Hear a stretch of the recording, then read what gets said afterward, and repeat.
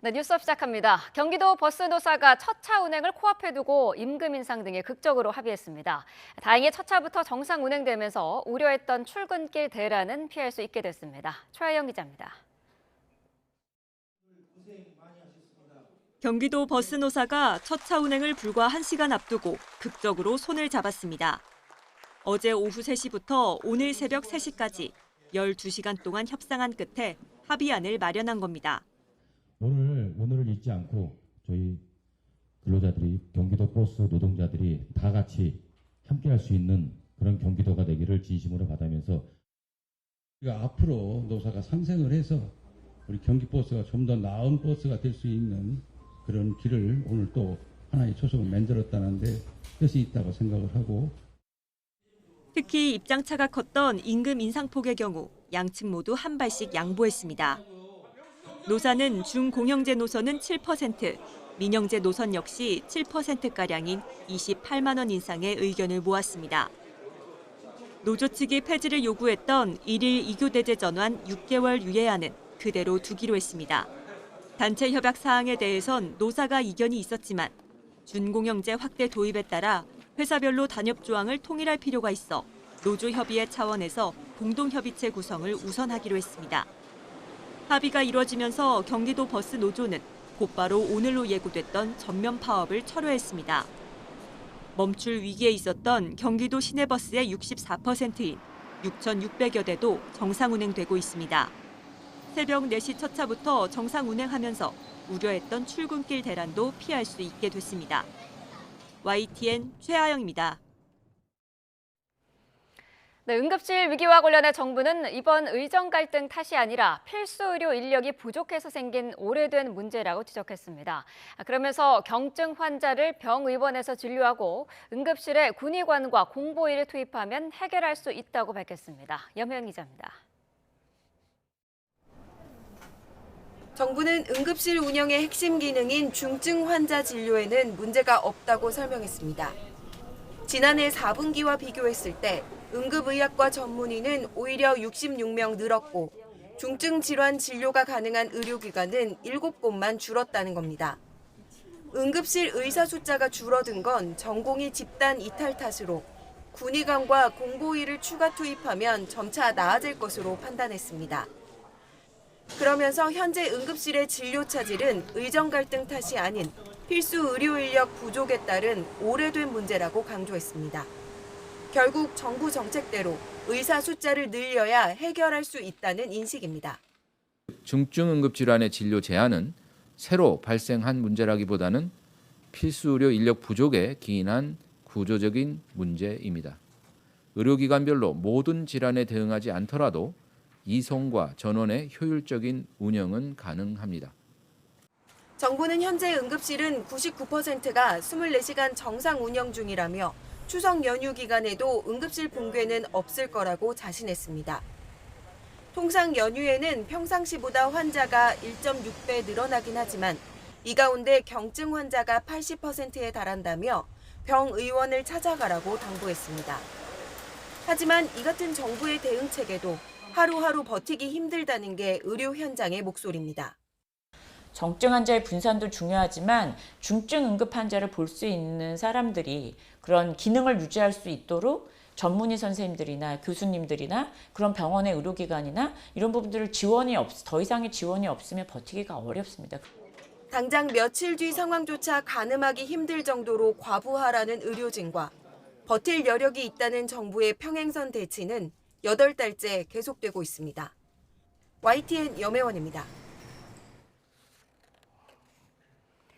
응급실 운영에 일부 차질이 생긴 의료기관에 군의관 15명이 오늘 투입됩니다. 아주대병원과 이대 목동병원에 각 3명, 충북대병원과 세종 충남대병원에 각 2명, 강원대병원에 군의관 5명을 파견하고 9일부터는 군의관과 공보의 235명을 위험기관 중심으로 배치할 예정입니다.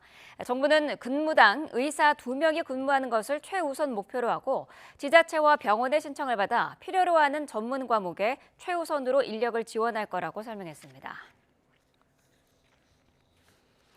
네, 대학들이 대부분 2학기 개강을 했지만 의대 증원 정책에 반발하며 수업을 거부하고 있는 의대생들의 복귀는 미미한 것으로 나타났습니다. 국회 교육위원회 소속 더불어민주당 진선미 의원이 비수도권 9개 공립대에서 받은 2학기 의대생 등록금 납부 현황을 보면 등록을 마친 의대생은 180명으로 집계됐습니다. 해당 대학 9곳의 재학생 수를 고려하면 등록률은 3.8%에 불과합니다. 의과대학 교수단체가 오는 9일부터 시작되는 내년도 대학 입시 수시 모집을 앞두고 의대 정원 확대 방침 철회를 다시 한번 호소했습니다. 전국의과대학 교수 비상대책위원회는 호소문을 통해 정부의 잘못된 증원 정책이 사명감과 자부심으로 일하는 필수과 의사들을 한순간에 낙수 의사로 만들었다고 비판했습니다. 올해 국군의 날을 임시 공휴일로 지정하여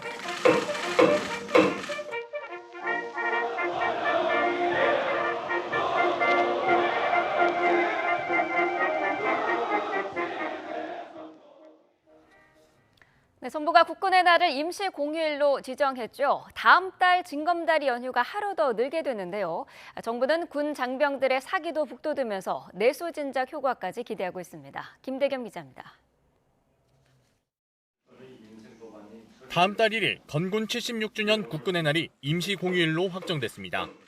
이번 임시 공휴일 지정은 앞서 여당이 먼저 요청했던 건으로 정부 의결부터 대통령 제가까지 6시간 반 만에 일사천리로 진행됐습니다. 대통령실은 이번 임시 공휴일 지정으로 군 사기를 진작시키는 동시에 경제 활성화에도 이바지할 거로 기대했습니다. 국군의 날 임시 공휴일 지정은 마지막 법정 공휴일이었던 지난 1990년 이래 34년 만으로 국방부는 기념식과 시가행진도 계획하고 있습니다. 올해 국군의 날을 임시 공휴일로 지정하여 국가 안보의 중요성에 대한 국민적 관심을 높이고 우리 국군의 역할과 장병들의 노고를 상기하는 계기로 삼고자 합니다. 윤 대통령은 앞서 국무회의를 통과한 전세사기 특별법 개정안과 택시발전법, 예금자 보호법 등 3개 법안도 함께 제가했습니다. 지난주 여야 합의를 통해 처리된 간호법 등 28건의 민생 법안 가운데 우선순위가 높은 법안들을 먼저 시행하기로 한 겁니다. 특히 정부는 전세 사기 피해자 지원에 정치권이 뜻을 모았다는 데 의미를 부여하고 피해자들에게도 위로를 전했습니다. 정부가 제시한 대안을 토대로 여야가 치열한 논의를 거듭하여 합의에 이르렀다는 점에서 그 의미가 매우 큽니다. 전세 사기 피해자분들께 조금이나마 위안이 되기를 희망합니다. 정부는 이 밖에 2주 앞으로 다가온 추석 물가 안정을 위해 43조 원 규모의 명절 자금을 공급하고 숙박 쿠폰과 온누리 상품권 등 다양한 내수 진작책도 추가로 추진하겠다고 밝혔습니다. 또 오는 11일부터 25일까지를 추석 연휴 비상응급 대응 주간으로 지정하고 진찰료 인상 등 지원 대책을 통해 4천 곳 이상의 병의원을 운영할 방침입니다. YTN 김대겸입니다. 더불어민주당 등 야권이 대법원장이 특별검사를 추천하는 이른바 제3자 추천 최상병 특검법을 발의했습니다. 국민의힘은 대통령 탄핵을 위한 빌드업이라고 반발했는데 애초 제3자안을 주장한 한동훈 대표 측을 중심으로 여당 내 시각차도 감지됩니다. 임성재 기자입니다.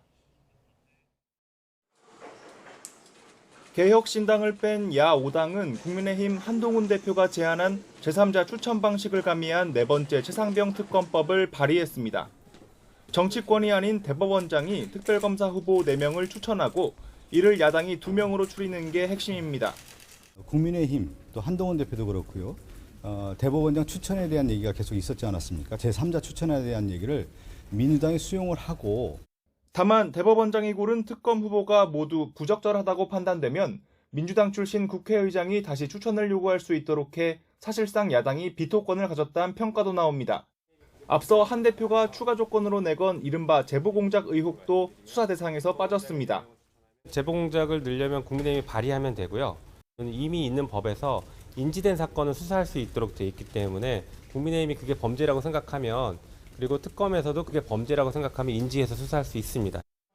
한동훈, 이재명 두 대표가 최근 회담에서 특검법에 접점을 찾지 못하자 형식상 한 대표의 대안을 일단 반영하는 여권 압박용 카드를 꺼낸 게 아니냐는 분석이 나오는 이유입니다. 여당 원내 지도부는 그러나 공수처 수사 결과를 지켜봐야 한다는 입장엔 변화가 없다는 점을 분명히 했습니다. 숨은 나쁜 의도, 즉 정쟁용으로 대통령 탄핵을 빌드업하기 위한 업무다. 저희들은 그렇게 생각하기 때문에 야당이 낸 제3자 추천 형식마저도 결국은 야당이 특검 후보를 압축하고 또 거부할 수도 있어 민주당의 특검 쇼핑과 다를 게 없다는 지적입니다. 일단은 이 같은 특검법을 받아들일 수 없다는 데는 여당 대부분 공감대를 이룬 분위기지만 친한계를 중심으로 한 미묘한 시각차는 여전합니다. 특검법 대안이 필요하단 한 대표 입장은 유효하단 겁니다. 제가 내용 봤는데 바뀐 게 별로 없던데요? 제 입장은 그대로입니다. 지도부 내에서도 당내 동의를 받기 어려울 거란 회의론이 나오는 만큼 당내 갈등 우려가 제기되는 대목입니다. 여당 내 이견과는 별개로 야권이 형식상 한동훈 대표의 제3자안을 수용하면서 압박의 강도는 더 거세졌다는 평가입니다. 여당 내 갈등이 격화하는지 여부가 이번 특검법 최종 처리를 판가름할 주요 변수로 꼽힙니다. YTN 임성재입니다. 더불어민주당 박찬대 원내대표는 정기국회 교섭단체 대표 연설에 나섭니다. 박 원내대표는 윤석열 정부 들어 국민 생명과 안전, 민생 경제와 민주주의, 남북 관계 등 모든 분야에서 헌법적 가치가 흔들리고 있다고 주장하며 헌법 질서 회복 필요성을 강조할 예정입니다. 또 의료 대란과 내수 침체를 극복하기 위한 적극적인 재정 투입과 저출생 해결, 양극화 해소, 연금 개혁 같은 중장기적 국가과제 해법도 제안한다는 계획입니다. 국회에서 열린 심우정 검찰총장 후보자 인사청문회에서는 김건희 여사와 문재인 전 대통령 관련 수사를 둘러싼 여야의 신경전이 펼쳐졌습니다. 심 후보자는 대통령에게 충성을 맹세했느냐는 야당 의원 질의에는 모욕적이라며 반발하기도 했습니다. 이준엽 기자입니다. 심우정 검찰총장 후보자 인사청문회는 시작부터 자료 제출 문제를 둘러싸고 파행을 빚었습니다. 심 후보자가 자녀 학교폭력 여부를 비롯한 일부 자료를 내겠다고 밝히며 청문회가 재개됐는데 이후 여야는 팽팽한 대리전을 펼쳤습니다. 야당이 수사심의위원회 개최를 앞둔 김건희 여사 명품 가방 사건 수사를 이재명 대표 수사와 비교하며 봐주기라고 날을 세우자 여당은 김정숙 여사 수사와 비교하면 더 엄정하고 신속하다고 맞받았습니다. 김건희 도이치모터스 주가 조작가는 몇 년째 결론을 못 내리고 있고 300만 원 명품백서는 감사의 표시라고 면죄부를 주고 있어요. 직전 영부인에 대해서는 제대로 된 수사가 제대로 이루어지고 있다는 얘기가 잘 안 들리는데 우리 김건희 여사에 대해서는 뭐 수사가 이미 진행돼서 여당은 또 최근 검찰이 속도를 내는 문재인 전 대통령 수사에 민주당이 반발하는 것을 두고 외압이라며 역공을 펼쳤습니다. 이에 야당은 윤석열 대통령을 검찰총장으로 만들어준 문 전 대통령을 향한 패륜 수사라고 맞받았습니다. 윤석열 대통령이 담당 검사나 검찰총장을 불러서 내가 은혜를 갚아야 되니 이 수사는 하지 말라고 그렇게 지시를 해야 되겠습니까? 근데 자격도 되지 않는 사람을 중앙지검장, 검찰총장 승진시켰더니 지금 수사를 하고 있는 거죠. 저는 배은망덕 수사라고 생각합니다. 법과 원칙을 강조하며 대체로 원론적인 답변을 이어가던 심 후보자는 대통령에 충성하느냐는 야당 의원 질문에는 발끈하기도 했습니다. 위원님, 그건 너무 좀 모욕적인 질문이신 것 같습니다. 검사장 총장이 되겠다고 그런 목표를 가지고 지금 수사를 진행하고 있다고 생각하시는 겁니까? 안창호 국가인권위원장 후보자 인사청문회에서는 성별 등을 이유로 한 차별을 금지하는 포괄적 차별금지법을 놓고 공방이 벌어졌습니다. 안 후보자가 지금 형태론 반대한다고 말하자 여당은 문재인 정부도 재정을 포기했다며 두둔한 반면 야당은 인권에 가장 민감하게 반응해야 할 인권위원장 후보로서 부적절하다고 지적했습니다. 지난 정권 또는 현 권력을 향한 수사 공방이 줄을 이뤘던 인사청문회를 두고 후보자질 검증이라는 본질은 사라지고 정치의 사법화만 더 가속화되고 있다는 비판도 제기됩니다. YTN 이준엽입니다. 최상병 사건과 관련해 항명과 상관 명예훼손 혐의로 기소된 박정훈 전 해병대 수사단장 재판에 이종섭 전 국방부 장관이 증인으로 출석했습니다. 기존 입장대로 사건 이첩 보류 지시에 외압은 없다고 강조했는데 재판부는 윤석열 대통령에 대한 박 전 수사단장 측의 사실조회 신청을 일부 받아들였습니다. 이종원 기자입니다. 군사법원에 출석한 이종섭 전 국방부 장관은 증인신문에 앞서 최상명 순직 사건과 관련해 외압은 없었다는 입장을 거듭 강조했습니다. 최상명의 명복을 빌고 유가족께 송구한 심정이라면서도 이번 사건의 실체를 이렇게 규정했습니다.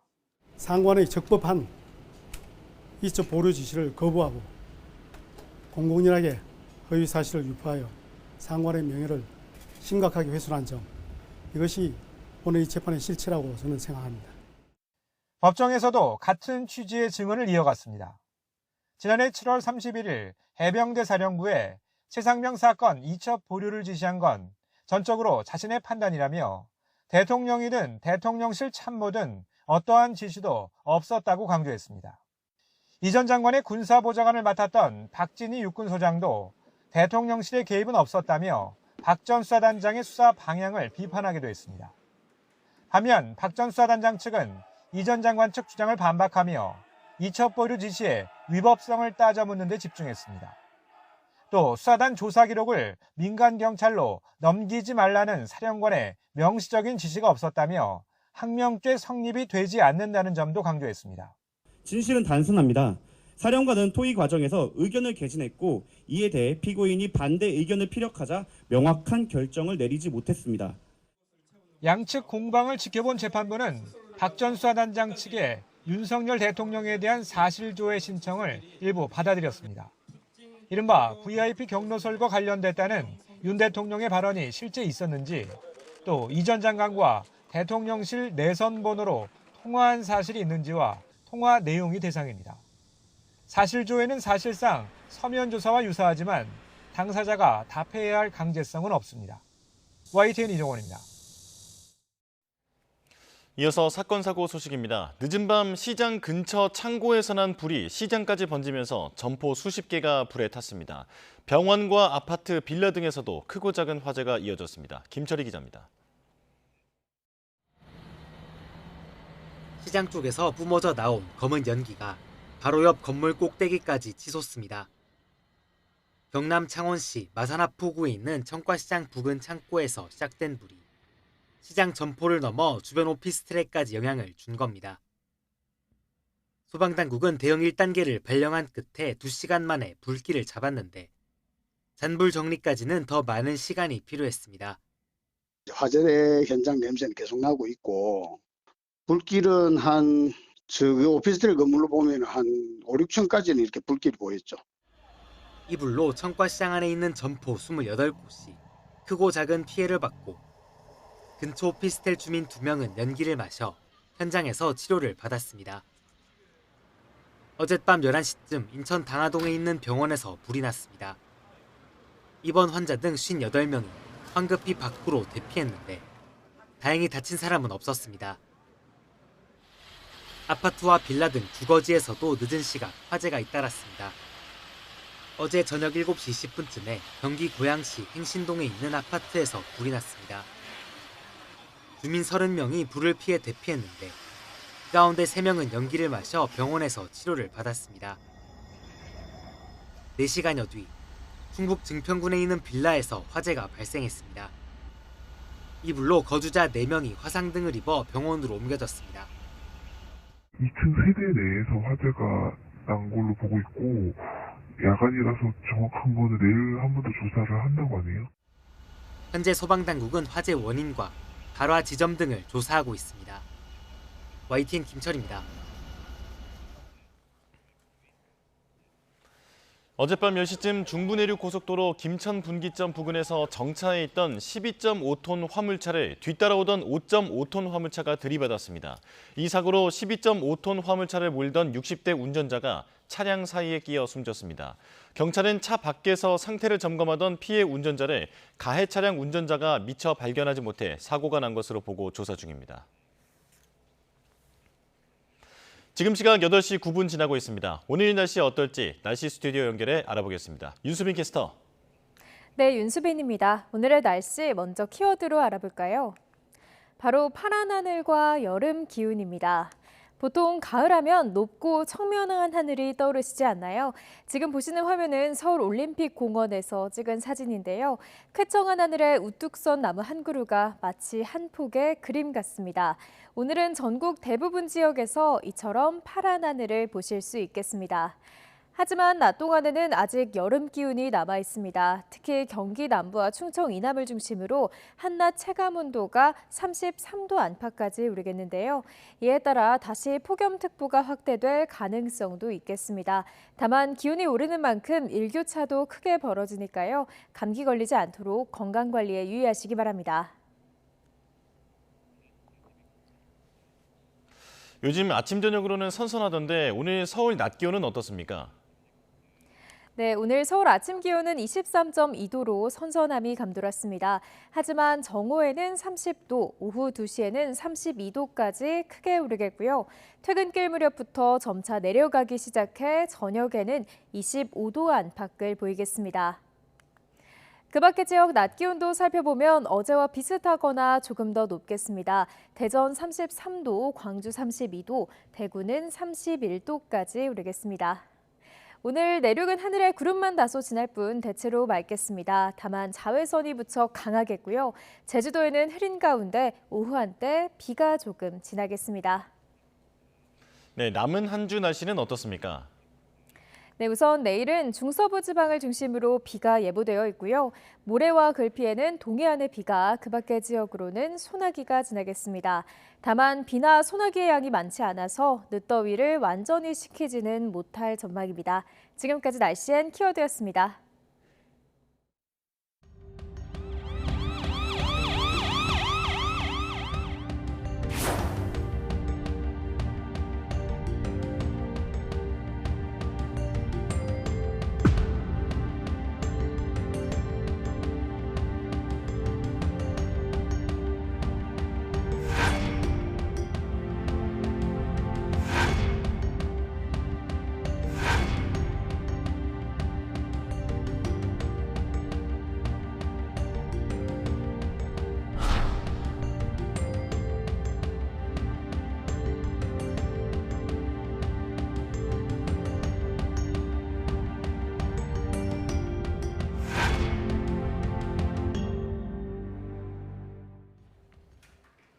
네, 응급의료 공백 사태 어떤 상황인지 현직 구급대원에게 직접 들어보도록 하겠습니다. 공무원 노동조합 총연맹 소방노조 부산본부의 조정암 구급국장 화상으로 연결돼 있습니다. 자, 국장님 나와 계시죠? 예, 안녕하십니까? 네, 자, 요즘 근무가 많이 힘드실 텐데 오늘은 쉬는 날이시라고요? 아, 예, 저는 오늘 당비휴 근무를 하고 휴에 해당하는 지금 쉬는 날에 있습니다. 네, 구급대원을 근무하신 지는 얼마나 되셨을까요? 예, 제가 지금 만 13년 4개월을 지금 구급 현장에서 활동을 하고 있는 중입니다. 네, 자, 13년이 넘으신 그런 상황이고요. 요즘 응급실 뺑뺑이 얘기가 많이 나와서 관련되는 질문을 좀 드리겠습니다. 현장에서 체감을 크게 하실 것 같은데 특히 부산의 경우에는 의료 공백 상황이 더 심각하다고요? 지금 부산의 경우 같은 경우는 4개의 대학병원이 있고 전공의가 사직한 이후로 병원들에서 작동하는 것들이 이전보다는 병원 수용이 어려운 상태고요. 네. 또 그리고 다른 지역과 다르게 그 고령화 인구로 인해 가지고 병원 의료 수요가 더 많은 것으로 확인되는 것 같습니다. 지금 만약에 부산에서 응급 환자가 발생을 하면 부산 내에서 이동은 가능한 상황인가요? 환자 사항에 따라 그리고 병원의 어떤 수용 능력에 따라서 달라진다라고 볼 수 있을 것 같습니다. 부산에서 수용이 가능한 경우도 있으나 이런 경우들이 여러 병원의 재반 사정이나 이런 것들로 인해 가지고 저희가 울산, 창원, 대구 그 이상으로도 이제 환자를 이송하고 있는 상태입니다. 네, 지금 벌써 부산에서 응급 환자가 발생을 하면 울산이나 대구 더 먼 곳으로도 이송을 하고 있는 상황이다라고 말씀을 해주셨습니다. 국장님, 보통 이 환자를 태우면 어떤 과정을 통해서 이송 병원이 정해지게 되나요? 예, 먼저 저희가 그 신고를 받고서 현장에 출동해서 환자의 상태를 먼저 확인을 합니다. 네. 그래서 기본적인 생체 리듬을 확인을 하고 그 이후에 환자에게 적합한 병원을 저희 그 지침에 따라서 인근에 가장 가까워 치료할 수 있는 병원을 선정을 하는 과정을 받고요. 예, 그런데 그 과정에서 저희가 병원에 전화로서 먼저 수용 확인을 하게끔 되어 있습니다. 네. 그래서 먼저 병원에 전화를 확인을 해서 병원을 이송하는 과정을 밟고 있습니다. 일단은 가장 최우선적으로는 가장 가까운 병원이 우선인 것 같은데 의정 갈등 전과 좀 비교를 한다면은 지금은 어느 단계부터 막히는 건가요? 저희가 느끼기에는 아까도 말씀드렸듯이 환자 상태에 따라 그리고 병원의 상황에 따라 달라진다라고 말씀을 드렸던 내용과 연장선상에 있고요. 네. 그런 부분들에 있어가지고 지금은 이전보다는 그런 상황들이 빈번하게 발생하고 있다라고 말씀드릴 수 있을 것 같아요. 네. 수용 불가 응급실이 미리 공지되기도 합니까? 병원에 저희 국립의료원 종합응급의료센터 종합상황판에 그런 내용들이 공지가 됩니다. 네. 거기서 뭐 필요한 중재술에 관련된 내용들이서 확인이 되고 있고요. 근데 거기서 무슨 메시지라는 게 있는데 그 메시지에서 대학병원 같은 경우에는 뭐 신한 환자는 안 되고 단인 환자만 가능하다라는 제한적인 진료만 가능한 부분들이 많기 때문에 실제로 현장과 그런 메시지의 내용들은 보여지는 것과는 상당히 괴리감이 크다고 느껴질 수 있습니다. 그러면은 공지에는 없었는데 막상 이제 환자 이송에 대해서 문의 전화를 하면은 수용 불가인 경우도 많다고 볼 수 있을까요? 예, 그럼 뭐 병원의 사항을 저희가 다 알 수 있는 건 아니고요. 네. 그리고 병원에서도 그런 내용들을 전부 다 100% 공개하는 거는 그 병원 사정에 따라 가지고 있는 부분들이 있는 것 같습니다. 네. 자, 환자를 받아줄 수 있느냐, 없느냐 이런 전화를 요즘 최대 얼마나 하고 계신지요? 뭐 저희가 그 현장에서 뭐 전화를 할 수 있는 부분들에서 2, 30통 뭐 많으면은 할 수 있는 부분에서 최대한 다 하고요. 저희뿐만 아니라 이런 부분들이 안 된다면은 뭐 케이타스 1단계, 2단계 같은 경우는 저희가 이제 구급상황관리센터로 올려가지고 네. 함께 전화를 하고 있기 때문에 뭐 저희가 현장에서 2, 30통 이상 하지만 그런 병원을 가기 위해서는 훨씬 더 많은 전화를 하고 있는 게 현실태입니다. 2, 30통을 말씀을 하셨는데 이게 평소에도 이 정도 통화를 하는가요? 아니면은 요즘 들어서 이런 건가요? 평소에는 이 정도까지는 하지는 않았던 것 같고요. 네. 이전에는 의정 갈등 이전에는 의료 파업 이전에는 없었고 그 이후에 이제 지금은 이런 부분들이 이제 자주 빈번하게 발생하는 것 같습니다. 네. 보통 그러면은 시간으로 따진다면 최대 몇 시간 정도 길에서 헤맨다고 보면 될까요? 최대라고 말씀을 하신다면은 네. 저희가 기본적으로 전화를 해서 병원 선정하기까지 짧게는 한 1, 20분, 길게는 두세 시간, 세네 시간까지도 병원에서 병원을 가기 위해 가지고 통화를 하고 있고, 그리고 부산 같은 경우에는 부산 지역이 선정이 안 된다는 경우가 많거든요. 두세 네. 시간 통화를 했을 때. 그런 경우에는 부산 외 지역으로 간다고 한다면은 훨씬 더 많은 시간들이 소요되는 경우들이 빈번합니다. 그렇군요. 병원이 그러면 환자를 못 받는다고 하는 이유 중에서 가장 많이 듣는 건 어떤 게 있을까요? 서울 사례에서는 2차 병원에서는 3차 병원으로 가라고 얘기하고 3차 병원에서는 2차 병원으로 가라고 얘기하는 그런 단계는 부산은 넘어간 것 같습니다. 네. 그보다는 훨씬 더 심하다고 말씀을 드릴 수 있는 것 같은데요. 현재 부산 지역 내 대학병원은 전공이나 의료 전공이 이제 사퇴하고 그 의료인 문제로 인해 가지고 신한 환자는 불가하기 때문에 네. 그런 전화를 할 수조차 없는 상황에 놓여 있고요. 그런 상황이 있고 보통 병원에서는 중환자실 부족 그리고 입원실 그리고 진료과 인원 부족 그런 내용을 들어가지고 저희가 지금 병원을 선정하기가 어려운 상황에 놓여 있습니다. 네. 자, 여러 가지로 어려운 상황에 지금 근무를 하고 계신데 빠르게 출동을 했지만은 적절한 치료를 빨리 받지 못해서 안타까운 상황이 생기는 경우도 있을 것 같습니다. 최근에 좀 경험한 사례가 있으실까요?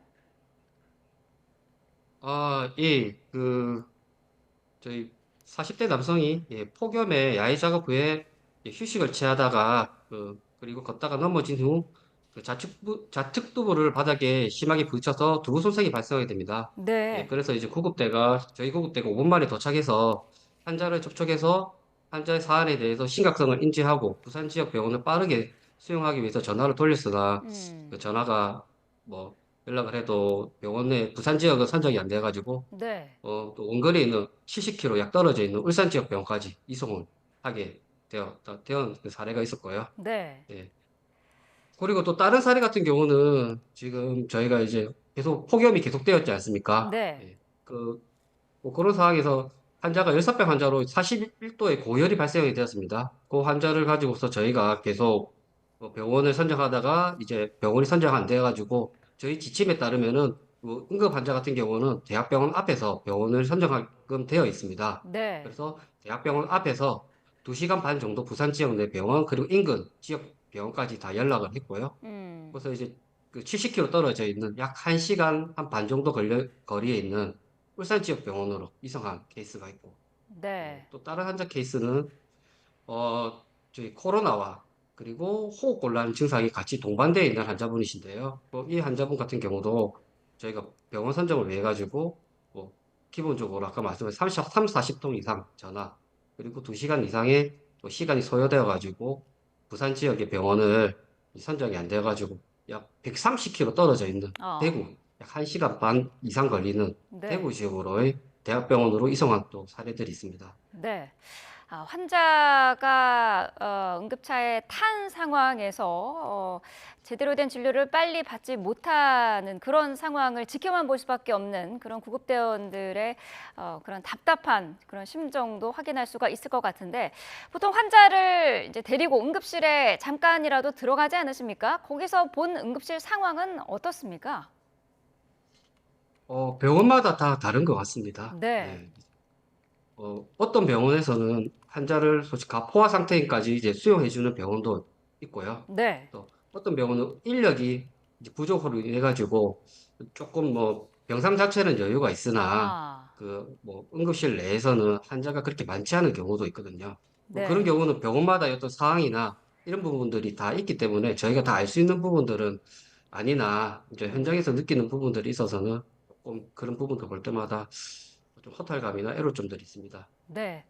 정부는 최근에 이런 응급의료 위기라는 말에 어려움은 있지만 진료 유지는 가능하다 이런 입장인데 실제로 경험하실 때 어떻습니까? 유지가 앞으로도 가능한 상황으로 보십니까? 제가 뭐 개인의 입장에서 그리고 현직에서 일하는 구급대원의 입장에서 뭐 유지가 된다 안 된다를 말씀드리는 거는 사실 어려운 내용인 것 같고요. 네. 그 어려움이 있다라는 거는 지금 국민들도 체감할 수 있는 그런 부분들인 것 같습니다.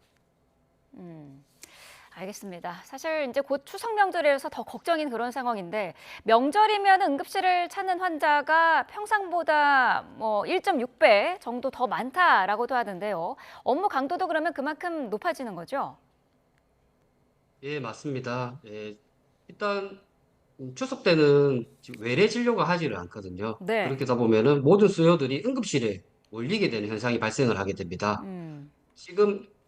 지금의 상황에서도 응급실을 가서 환자 진료를 보기가 어려운 상황인데, 네. 명절 같은 경우에는 뭐 외래 진료라든지 이런 부분으로 인해 가지고 분산이 되지 않기 때문에 응급 환자가 발생을 했을 때 뭐 병원 사정들이 쉽지 않을 거라고 생각이 되고 그런 상황에서 중증 응급 환자들 같은 경우에는 어떻게 될지에 대한 부분에 대해서 저희들은 고민이 많습니다. 네.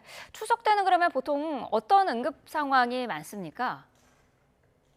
예, 일반적으로는 뭐 복통이나 뭐 이런 환자들이 많고 그리고 네. 좀 음주로 인한 뭐 사고들 뭐 그리고 추석에서는 또 특별하게 또 뭐 그런 벌초로 인한 예초기 사고, 예초기로 인해서 뭐 안과 쪽에 뭐 이런 외상을 받아가지고 이런 사고들이나 그리고 뭐 귀에 벌레가 들어간다든지 이런 뭐 특수한 케이스들이 있는데 이런 경우에는 뭐 병원에서 안과적 진료가 뭐 사실 쉽지 않은 상황이거든요. 네. 추석 연휴에는. 네, 그런 경우들이 혹시나 있을까 봐 좀 우려를 하고 있습니다. 네. 오늘부터 응급실에 이제 군의관도 투입된다고 하는데 의료 공백을 완전히 메울 수는 없을 것 같고요. 구급대원으로서 응급 환자에게 지금 가장 필요한 부분은 뭐라고 보시는지요? 저희 그 응급 환자에게 가장 필요한 부분은 국민의 생명과 건강을 우선해서 현재의 시스템이 다시 정상화되는 것을 모두 누구나 바라는 부분들인 것 같습니다. 네. 그리고 저희 구급 대원들에게도 사실 많은 애로점들이 있는 부분들이 있거든요. 네. 예, 현장에서 지금 이전보다는 구급 대원들이 환자를 보는 시간이 많이 늘어나게 됐습니다. 그리고 중환자도 많이 늘어났고요. 네. 예, 그런 부분들이 있어가지고 그런 뭐 1급 응급구조사나 간호사 그런 유자격자의 어떤 뭐 부분들이 절실히 더 많이 필요한 부분이라서 그런 인력 부분들이 충원이나 그리고 휴식도 보장이 되어야 된다라고 생각합니다. 네, 알겠습니다. 공무원 노동조합 총연맹 소방노조 부산본부의 조정암 구급국장과 함께 현재 응급실 상황 자세히 짚어봤습니다. 오늘 말씀 감사합니다. 네, 감사합니다.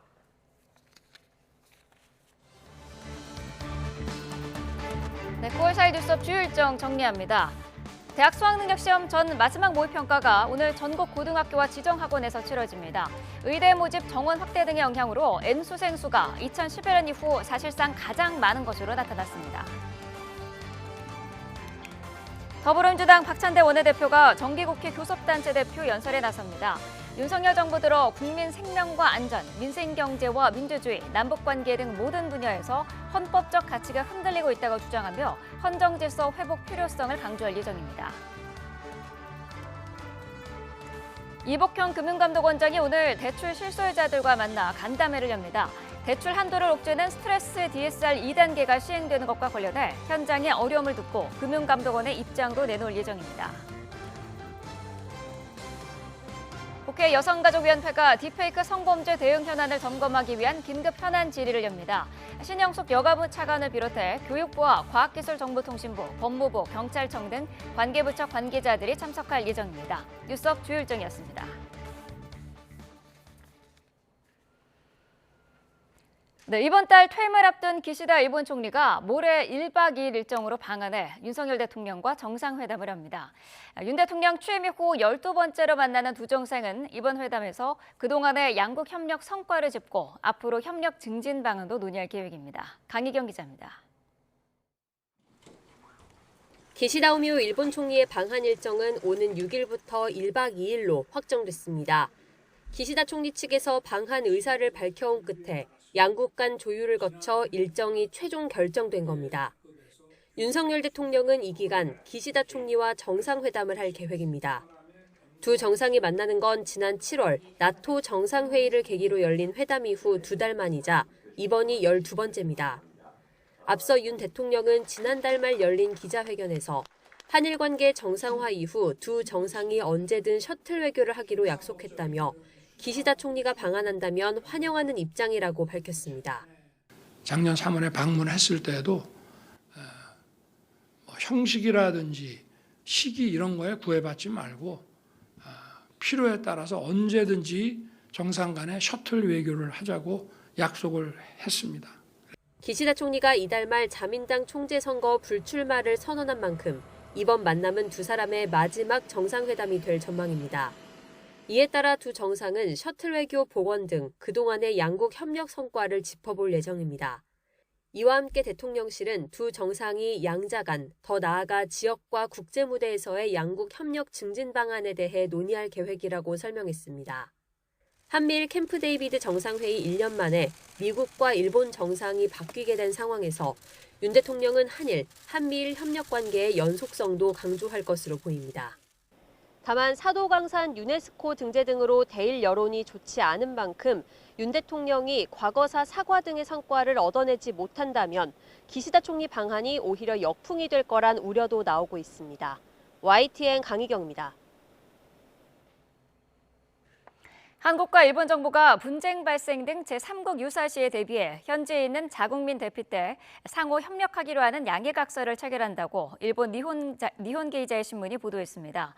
보도에 따르면 기시다 일본 총리는 윤석열 대통령과 정상회담에서 제3국 유사시 양국 협력 체제를 논의하고 양국 외교부 장관은 이런 내용이 담긴 양해각서를 체결할 예정입니다. 더불어민주당은 최근 정부의 인사 방향이나 대통령의 발언 등을 문제 삼으며 정부가 계엄을 준비하고 있다는 의혹을 연일 제기하고 있습니다. 국민의힘은 일제히 근거도 없고 현실성도 없는 상상에 기반한 괴담이라고 거세게 반발했습니다. 손효정 기자입니다. 김민석 수석 최고위원에 이어 이재명 대표까지 민주당 지도부는 정부의 계엄 준비 의혹을 공개적으로 띄우고 있습니다. 최근 군사 안보 인사 방향이나 한 번도 경험하지 못한 국회를 끝낼 때가 됐다는 대통령실 발언 등 정황들을 볼 때 충분히 의심할 수 있다는 겁니다. 구체적 증거가 있냐 없냐가 아니라 그런 사고를 할 수 있는 분들이기 때문에 야당에서 그냥 그런 위험성들을 경고한 거고 그런 생각조차 갖지 마라. 그런 측면에서 얘기한 거 아니겠습니까? 그게? 당 핵심 관계자도 최근 남북 관계가 악화한 상황에서 군사 충돌이나 비상 상황을 빌미로 정부가 언제든 계엄령을 내릴 수 있다며 의심을 거두지 않았습니다. 이를 뒷받침할 각종 제보도 들어오고 있다는데 윤 대통령의 충암고 1년 선배이자 대통령 경호처장이었던 김용현 국방부 장관 후보자 인사청문회에서도 관련 질의가 나왔습니다. 이진우 수방사령관, 각종군 특전사령관, 여인영 방첩사령관을 한남동 공간으로 불렀죠. 계엄 이야기 안 했습니까? 어떤 사실이 아닌 것을 가지고 거짓 선동하고 정치 선동하는 자리가 아니라고 생각합니다. 하나하나 밝히겠습니다. 하지만 야당이 뚜렷한 근거를 내놓지는 못하는 상황. 국민의힘은 비상식적인 정치 공세이자 상상에 기반한 괴담 선동이라며 맹폭을 퍼부었습니다. 국회 재적의원 과반수 찬성으로 계엄을 해제할 수 있는데 이를 막기 위해선 42명 이상의 야당 의원을 체포해야 하는 만큼 현실적이지도 않다는 겁니다. 더군다나 의원 체포는 현행범일 때나 가능하고 체포동의안이 필요할 때도 있는데 이 경우 압도적 과반 의석의 야당이 반대하면 그마저도 무산됩니다. 야당이 이 같은 공세에 나선 건 이재명 대표 1심 선고에 대비해 지지층을 결집하고 윤 대통령을 탄핵하기 위한 허위 명분 쌓기라고 보고 있습니다.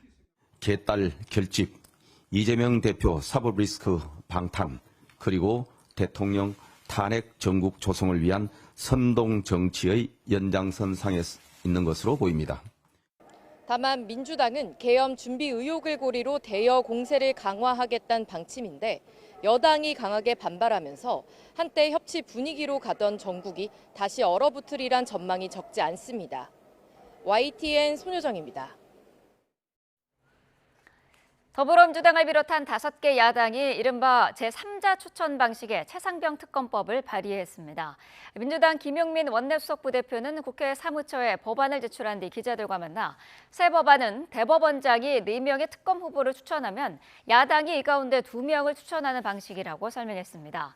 이어 이번 법안 발의가 국민의힘 한동훈 대표가 전당대회 과정에서 제3자 추천안을 올리면 통과시키겠다고 약속한 것을 이행하라는 의미로 발의한 거라고 강조했습니다.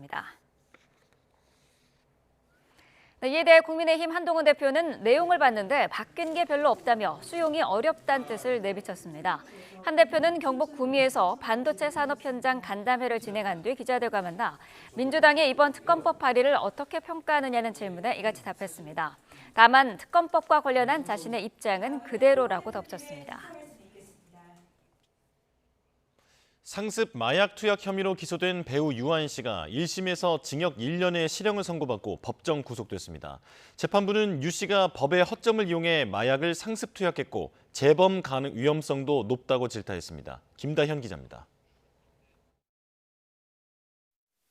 상습 마약 투약 혐의 등으로 재판에 넘겨진 배우 유아인 씨. 굳은 표정의 유 씨는 취재진 질문에 아무런 대답을 하지 않고 선고법정으로 향했습니다. 저 검찰 구형령 4년인데 어떻게 생각하시나요? 1심은 유 씨가 미국에서 3차례에 걸쳐 대마를 흡연했다는 공소 사실을 인정했습니다. 미용 시술을 빙자해 180차례에 걸쳐 의료용 프로포폴 등을 투약한 혐의와 다른 사람 명의로 수면제를 불법 처방받은 혐의도 모두 유죄로 판단했습니다. 재판부는 의료용 마약류는 중독성 때문에 엄격히 관리되고 있는데 유 씨가 법의 허점을 이용해 범행했다며 죄질이 좋지 않다고 질책했습니다. 또 의존도가 심각한 것으로 보여 재범 위험성이 높다면서도 오랜 기간 수면장애와 우울증을 앓았다는 점 등은 참작한다고 밝혔습니다. 대마 수수와 대마 흡연 교사, 증거인멸 교사 혐의에 대해서는 무죄가 선고됐습니다. 유 씨는 징역 1년과 벌금 200만 원을 선고받고 도주 우려가 있다는 이유로 그 자리에서 구속됐습니다. 구치소로 가기 전 유 씨는 심려와 걱정을 끼쳐 죄송하다고 말했습니다. 앞서 유 씨는 경찰과 검찰 수사 단계에서 2차례 구속 위기를 넘겼습니다. 재판 과정에서는 대마 흡연을 제외한 대부분 혐의를 부인해왔는데 법정 구속만큼은 피하지 못했습니다. YTN 김다현입니다. 딥페이크로 만든 성착취물을 피해자 지인에게 유포한 10대가 재판을 받게 됐습니다. 10대들의 딥페이크 범죄 우려가 커지는 가운데 올해 1월부터 7월 사이 경찰이 관련 혐의로 입건한 피의자 10명 가운데 7명이 10대인 것으로 확인됐습니다. 임예진 기자입니다. 딥페이크로 만든 성착취물을 유포한 혐의로 10대 A군이 재판에 넘겨졌습니다. 고등학생인 A군은 SNS를 통해 피해자의 얼굴에 다른 여성의 나체 사진을 합성한 사진을 넘겨받아 피해자의 친구에게 전송한 것으로 드러났습니다. 검찰은 성폭력처벌법상 허위 영상물 제공 혐의로 송치된 A군에 대해 아동청소년 성보호법 위반 혐의를 추가로 적용했습니다. A군이 유포한 합성 사진을 아동청소년에 대한 성착취물로 본 겁니다. 아동청소년 성보호법에 따르면 아동과 청소년을 대상으로 한 성착취물은 배포 의도가 없더라도 제작자와 소지자까지 처벌할 수 있고 형량도 더 무겁습니다. 검찰은 A군이 초범이고 소년범이지만 사안이 중대하다고 보고 기소했다고 밝혔습니다. 이렇게 10대 청소년들의 딥페이크 범죄가 잇따르면서 우려가 커지는 가운데 경찰이 관련 혐의로 입건한 피의자 상당수가 10대인 것으로 확인됐습니다. 올해 1월부터 7월까지 입건된 딥페이크 관련 피의자는 모두 178명이었는데 이 가운데 10대가 131명, 74%로 가장 많았습니다. 이어서 20대가 20.2%, 30대가 5.6%로 뒤를 이었습니다. 또 지난달 26일부터 닷새간 딥페이크 집중 단속을 벌여 피의자 33명을 특정했는데 역시 10대가 31명으로 대부분을 차지했고 검거된 7명 중에서도 6명이 10대였습니다. 그러니까 아주 기기에 능숙하고 트렌드에 가장 빠르고, 그러니까 얘네들의 놀이터 자체가 이제 온라인 공간인 거예요. 더군다나 어른들이 뭘 하는 걸 보니까 어른들이 그걸 한다라고 해서 처벌을 하는 것 같지도 않아. 그러니까 규제가 없는 상황에서 그냥 무차별적으로 확산된 것이 뭐 오늘의 이른 것이 아닌가 뭐 이런 생각. 이런 가운데 경찰은 10대 청소년이나 아이들이 딥페이크 범죄 피해자가 되는 것 막기 위해 이들을 대상으로 한 가짜 영상이나 사진에 대해 청소년 성보호법을 적용해 엄격하게 대응한다는 방침입니다. YTN 임혜진입니다. 딥페이크 사건의 절반은 피의자가 붙잡히지 않고 잡히더라도 구속되는 경우는 드문 것으로 나타났습니다. 더불어민주당 황정화 의원이 경찰청에서 받은 자료를 보면 지난 2021년부터 올해 7월까지 경찰에 신고된 딥페이크 범죄는 793건인데 검거 건수는 389건으로 절반에 그쳤습니다. 또 같은 기간 검거된 403명 가운데 구속 상태로 검찰에 넘겨진 경우는 16명으로 4%에 불과했습니다. 연예계의 딥페이크 성범죄 피해가 이어지면서 최근 기획사들이 잇따라 강경 대응 방침을 밝히고 있습니다. 하지만 기획사들의 속사정을 들어보니 상황은 생각보다 복잡했습니다. 이경국 기자입니다. 잇따르는 연예인들의 딥페이크 성범죄 피해, 결국 기획사들이 최근 잇따라 칼을 뽑아들었습니다. JYP와 YG, 큐브엔터테인먼트는 입장문을 통해 엄정 대응 방침을 공개적으로 밝혔고 하이브와 SM 역시 증거자료 확보나 법적 조치를 진행하고 있습니다. 중소기획사들 역시 연이어 강경한 입장을 밝히고 있습니다. 아티스트를 지켜달라는 팬들 목소리에 대응에 나섰지만 기획사들의 속내는 복잡합니다. 팬들의 제보와 신고가 쏟아지지만 현실적으로 가능한 건 모니터링과 고소고발 조치뿐. 그나마도 딥페이크 영상이 올라온 사이트가 해외에 서버를 두고 있어 수사가 난항을 겪기 일쑤인데다 영상 삭제와 차단 역시 쉬운 일이 아니기 때문입니다. 이렇다 보니 한 대형 기획사 관계자는 화이트 해커라도 구해야 하는 거 아니냐는 생각마저 했다며 심각성을 전했습니다. 모니터링 등 대응을 맡을 조직을 꾸리기 어려운 중소기획사의 경우 상황은 더 심각합니다. 결국 업계에선 기획사나 소속사 차원의 대응은 한계에 봉착한 지 오래라는 주장이 나옵니다. 나아가 과거부터 계속된 연예인들의 피해에 정부나 정치권이 적극 대응했다면 일반인으로까지 피해가 커지는 일은 없었을 거라는 목소리도 나오고 있습니다. 연예인들 대상으로 먼저 사건들이 벌어지면 그게 마치 그걸로 끝날 것처럼 보이지만 일반인들도 이런 일들이 벌어질 것이다라는 어떤 전조준상 같은 거거든요. 끝을 모르고 확대되고 있는 딥페이크 성범죄. 조속한 제도적 대안 마련이 필요한 시점입니다. YTN 이경국입니다. 4천억 원대 불법 도박 사이트를 운영한 조직이 경찰에 적발됐습니다. 이들은 텔레그램을 통해 다른 도박 사이트 회원 명단을 구해 사이트를 홍보한 것으로 조사됐습니다. 윤태인 기자가 보도합니다. 소방대원이 현관문을 개방하자 경찰들이 우르르 들어가 체포영장을 집행합니다. 이런 혐의로 이와 같이 체포영장이 발부됐어요. 이렇게 체포영장에 의해가지고 지금 체포할 거고. 도박 사이트를 운영한 조직원들입니다. 본인이 도박 사이트를 운영했다는 혐의로 이와 같이 체포영장이 발부가 됐어요. 경찰은 30대 남성 총책 등 42명을 검거해 이 가운데 12명을 구속했습니다. 이들은 지난 2018년부터 6년 6개월 동안 스포츠 도박 사이트를 운영한 혐의를 받습니다. 이 기간 오간 판돈이 4천억 원대에 달하는 것으로 조사됐습니다. 이들은 텔레그램에서 폐쇄된 다른 사이트 회원 30만 명의 연락처를 구해 가입을 유도했습니다. 또 무료 포인트를 주고 이벤트를 열어 2만 6천 명의 회원을 확보했는데 이 가운데는 청소년들도 있었습니다. DB 이렇게 유통업자들이 그 텔레그램 방에도 꽤나 있어서 요 관련된 부분들을 구매를 한 겁니다. 총책 등 핵심 조직원 10여 명은 중학교 동창들이었습니다. 이들은 전국 각지에 충전과 환전, 자금 보관 등을 위한 사무실 12곳을 분산 설치한 것으로 조사됐습니다. 또 월 100만 원을 주고 지인들의 통장을 도박 사이트 운영을 위한 대포 통장으로 사용한 것으로 확인됐습니다. 동창들이 그 하나씩 친구들 간에 이렇게 도박 사이트 운영에 가담의 권유에 그 동의를 해서 지금까지 이어왔고요. 그런 지인들 간에 그 끈끈한 유대감이 있었기 때문에 단속이 되지 않고 지금까지 운영이 된 것으로 확인이 됐습니다. 이들의 범죄 수익은 최소 106억 원으로 추산되는데 고급 외제차를 몰거나 케타민 같은 마약류를 사는 데 쓴 것으로 파악됐습니다. 경찰은 일당의 범죄 수익 69억 원가량을 기소 전 추징 보전하고 나머지 금액에 대해서도 추적을 이어나갈 방침입니다. YTN 윤태인입니다.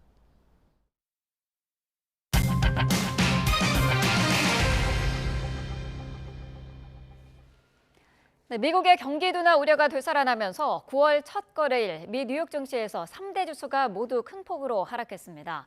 기술주중심의 나스닥 지수는 전 거래일보다 3.26% 내린 17,136.30의 거래를 마쳤습니다.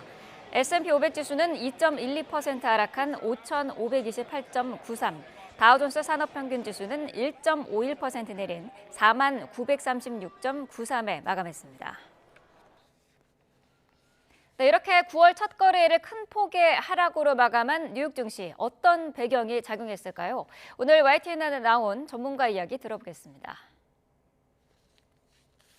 가장 큰 이유는 지금 지난주 호실적에도 불구하고요. 높아진 시장의 기대를 충족하지 못한 가운데 미 제조업 지표가 악화돼서 경기 침체 우려가 재점화됐기 때문입니다. 지금 미국 공급관리자협회가 발표한 8월 제조업 구매 관리자 지수가 47.2로 나와가지고요. 예상치인 47.5를 하회했을 뿐만 아니라요. 5개월 연속 50 미만을 기록했습니다. 이 50이라는 게 결국 기준치인데요. 제조업 구매 관리자 지수가 50보다 낮아지게 되면 이제 제조업 경기가 안 좋아지고 있다라는 것으로 보시면 되겠습니다. 그것뿐만 아니라 1년 중에 이제 역대 기록을 보면 9월에는 항상 주가가 안 좋았습니다. 그래서 평균적으로 최근 10년 평균을 봤으면 S&P 500 지수가 9월 달에는 평균 2.3% 하락을 해왔던 경향이 있기 때문에 투자자들이 대거 주식을 매각을 해서 그 영향으로 지금 3대 지수가 다 하락을 한 것으로 보입니다.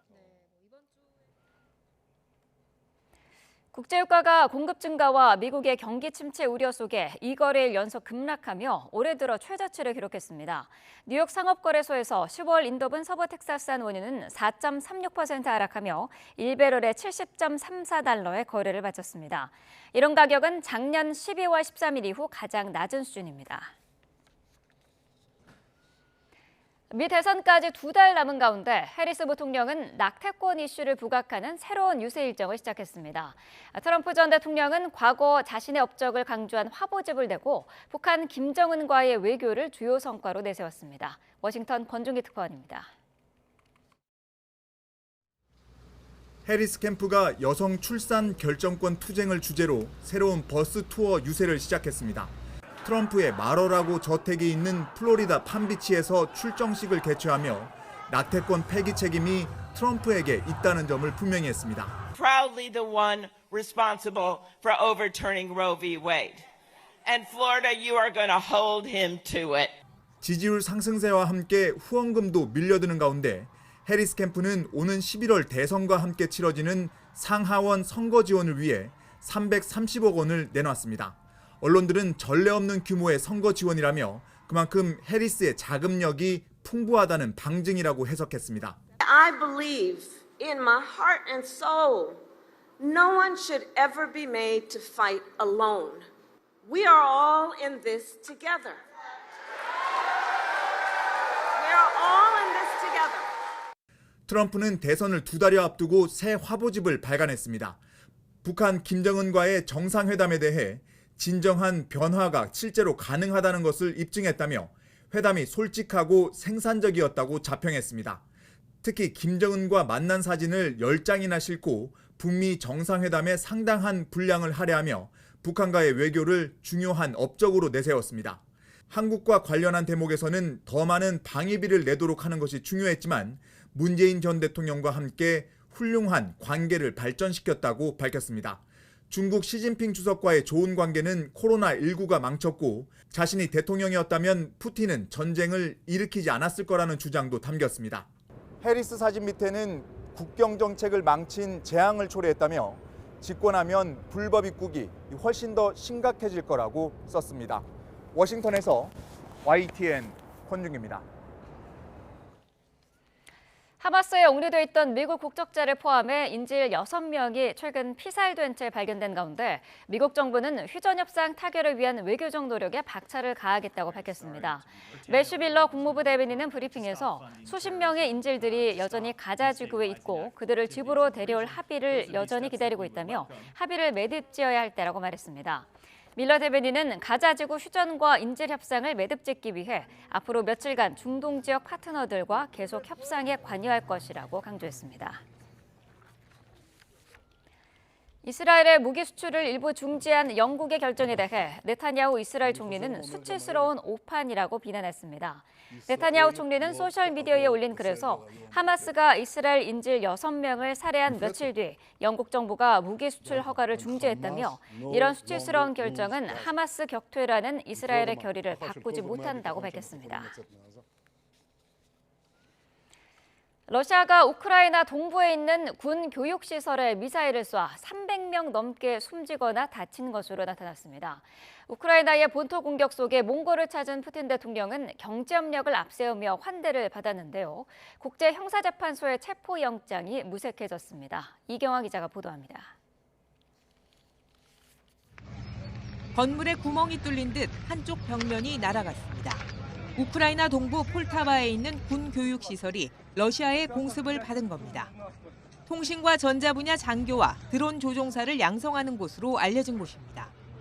이 시설을 중심으로 미사일 2발이 떨어지면서 300명 넘게 숨지거나 다쳤습니다. 일부 주민이 건물 아래 매몰됐을 가능성이 있어 인명 피해는 더 늘어날 수 있습니다. Я чув вибухи не один і перебував вдома. В цей час, виходячи з дому, 볼로디미르 젤렌스키 대통령은 러시아가 대가를 치를 것이라고 경고했습니다. Обов'язково російська наволоч відповість за цей удар. Ми знову і знову кажемо усім у світі, хто має силу, щоб зупинити цей терор. Системи ППО і ракети до них потрібні в Україні, а не десь там на складі. 우크라이나의 러시아 쿠르스크 공격이 이어지는 가운데 블라디미르 푸틴 러시아 대통령은 몽골을 찾았습니다. 푸틴 대통령은 가스관 건설 계획 등 에너지 분야를 포함한 경제 협력을 강조했습니다. Речь идет не просто о транзите российского газа через Монголию. Рассматривается возможность поставок этого топлива и для монгольских потребителей. 에너지 연료를 러시아에 크게 의존하고 있는 몽골은 국제형사재판소가 발부한 체포영장에 협조하는 대신 푸틴 대통령을 환대했습니다. 우크라이나 정부뿐 아니라 국제인권단체들이 체포에 나설 것을 촉구한 것이 무색해진 셈입니다. 체포영장 발부 이후 주춤했던 외교 행보를 재개한 푸틴이 다음 달 초청받은 멕시코 대통령 취임식에도 나타날 것인지 주목됩니다. YTN 이경아입니다. 아프리카 나이지리아에서 이슬람 극단주의 단체 보코하람의 소행으로 추정되는 테러가 발생해 최소 80여 명이 숨졌습니다. 현재 시각으로 1일 나이지리아 북동부 요베주에서 오토바이 수십 대에 나눠 탄 무장 세력 100여 명이 마을을 습격했습니다. 현지 경찰은 무장 세력이 소총과 로켓 추진 수류탄을 이용해 상점과 민가를 공격하고 불을 질렀다고 밝혔습니다.